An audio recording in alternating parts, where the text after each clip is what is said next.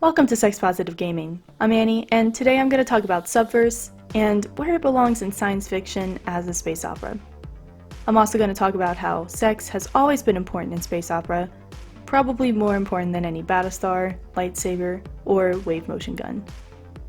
Before I go any further, I should cover two things: why I'm doing this and explain what a space opera is so that everyone is on the same page. Since I began this channel in February, one of my biggest requests has been to make longer review videos. My position has always been that expecting anything sex-related to last more than 4 minutes is only setting yourself up for disappointment. But seriously, I haven't had much more to say about a game. They are either unfinished or the plot may be fun, but it's really not that complicated. Subverse is the first adult content game that I've played that, intentionally or not, made me want to get much more in depth. So if you're looking for a quick review, check out my last video. Okay, so what the heck is a space opera? Basically, it has to have crazy space battles, romance, adventure, and well, it has to take place in space. It goes as far back as the 1930s with Flash Gordon and other pulp, and it really exploded into popularity in the 1970s. But Annie, you review sex games. I know, trust me. Jump down this rabbit hole with me, and I promise this video is mostly about sex. In fact, space opera has always been about sex and pushing what are considered acceptable sexual boundaries, be it Star Trek having the first interracial kiss on American television, Firefly presenting a sex worker as a main character and making her more than just her profession, or Subverse with its tentacles, monsters, and other bioengineered sex toys somehow releasing as the top-selling game on Steam. So come with me to the 1970s and I'll tell you about an amazing series with a plucky group facing impossible odds out to defeat a genocidal empire. It has crazy space battles, epic music, and it takes place in a galaxy far, far away. That's right, I'm talking about Space Battleship Yamato. This anime came out in 1974 and its first theatrical release actually beat Star Wars in the Japanese box office in 1977. Oh yeah, and this series has a ton of sex. Why is the hero going to risk their life to save the day?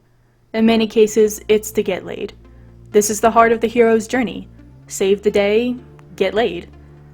What do you think happens when you place 114 mostly young and attractive people on a ship for a year-long journey? I mean, the freaking ship is one big phallus where the main weapon basically orgasms things into oblivion. This brings us to Star Wars. The original trilogy tells us the story of how Han Solo NTRs Luke Skywalker. It even has incest in it. I don't care how many parsecs you shave off the total Kessel Run distance, you still have a lot of free time to spend with your Wookiee. And what the hell do you think happened to Leia in between being captured by Jabba and the battle at the Sarlacc pit? Did you see that outfit? No, really, the actual outfit left nothing to the imagination for those people who were on set filming. Let's not even discuss how most of the Jedi die, spoilers, because Anakin couldn't keep it in his pants with Padme the child predator. These worlds are full of sex. The problem is that we are rarely allowed to see and experience healthy sexual interactions because of censorship, shame, and societal hypocrisy. The original Battlestar Galactica was an early 80s disco orgy. So was Buck Rogers. I mean, what does this title sequence have to do with anything? They're just pushing the sexual envelope as far as they can get away with. The 90s weren't any different with Cowboy Bebop, Stargate, and The Fifth Element. Cowboy Bebop is a melancholy, moody masterpiece that shows us what happens when sex is severed from space opera. It all ends in tears. Well, not for Ed and Ein. They run off, get eloped, and live happily ever after. In the Stargate movie, Snake Plissken demonstrates the famous Latin phrase, "I came, I saw, I banged to exhaustion." Fifth Element is an amazing farce with sex bubbling just under the surface of this movie almost the whole time. Given what we saw, can you imagine what kind of sexual content was left on the cutting room floor? Only Ruby Rhod knows for sure. The early 2000s gave us Futurama, Farscape, the Dune miniseries, and Firefly. Futurama shows us a universe that works best when everyone is getting laid. It tackles polyamory, omnisexuality, and demonstrates that love and sex are awesome regardless of species and gender, or what percentage of one's ass is composed of dolomite. Farscape gives us a universe where you can have sex with Muppets, aliens, and, well, just about anything. I mean, seriously, this series explores BDSM, power exchange, and all sorts of other flavors. This was probably the first exposure that many adolescents had to this kind of material. Well, except for when George Lucas sold torture playsets to children. Shut up, Annie. No, he didn't. The original packaging of the Jabba the Hutt Dungeon Action playset says the branding iron will torture any droids in Jabba's dungeon. I mean, what do you think happened to Leia after she was captured by Jabba?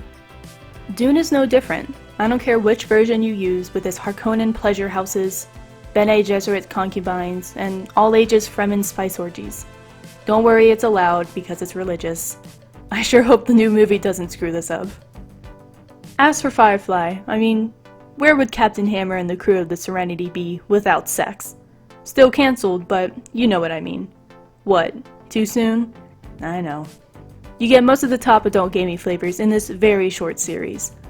Mind control, siblings, futuristic cult prostitution, MILFs, DILFs, I wasn't always a preacher, and cannibalistic, but we'll definitely make sure you consent first, Reavers. I mean, if it wasn't for Fox's censors, that ship would have been a 24/7 harem orgy. The last decade has been tough for space opera. We still get sex, and it has been great expanding gay and lesbian flavors, but it seems like we're not allowed to have a good side anymore. Just a crappy side and a really crappy side. Just look at the recent Star Wars movies, Star Trek releases, and The Expanse. It's like only playing harem visual novels. It gets stale after a while. Alnoa Zero was fantastic, but its Netorate Ex Machina ending was a friggin' punch in the stomach.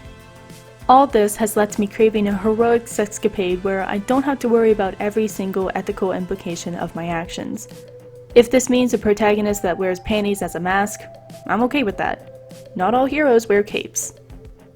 That brings us to Subverse. This game draws heavily on the genre.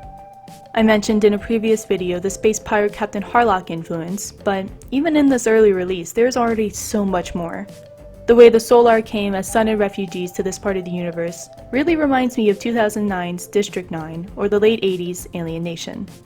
The final battle between Tybalt and his fleet is straight out of the Serenity movie. Hell, the ship designs are totally like those of Bodacious Space Pirates. Stop it. No shaming. Bodacious Space Pirates is a Yuri masterpiece.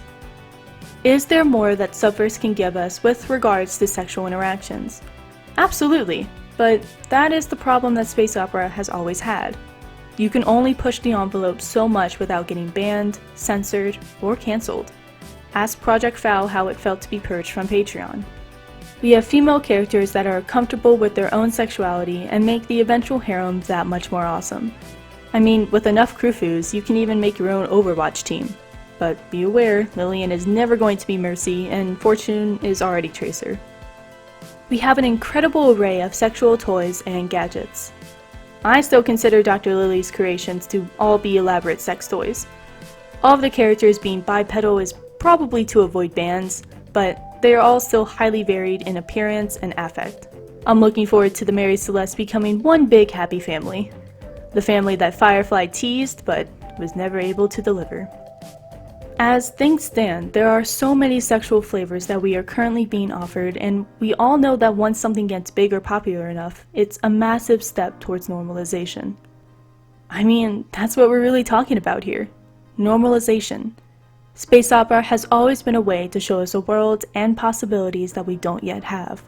This channel is about helping to make talking about games with sexual content normal. Every sapient life on this planet eventually consumes sex in their own way. Working to fill that need, safely, will only reduce violence and crime, and help make the world a better place. And there you have it. Subverse is just the latest in a decades-long struggle to make the world just a little bit better through cosmic coitus. I can't wait to see how much they can safely push the envelope, and I really can't wait to see what game comes next to take space opera to new sexual peaks. What is your favorite space opera? Which member of Subverse Mary Celeste is the best crewfoo? And why is the all-time best girl in science fiction Starbuck from Battlestar Galactica, in both the male and female forms? And, as always, no shaming, just gaming. I mean, seriously, what do you think happened to Leia in Jabba's palace?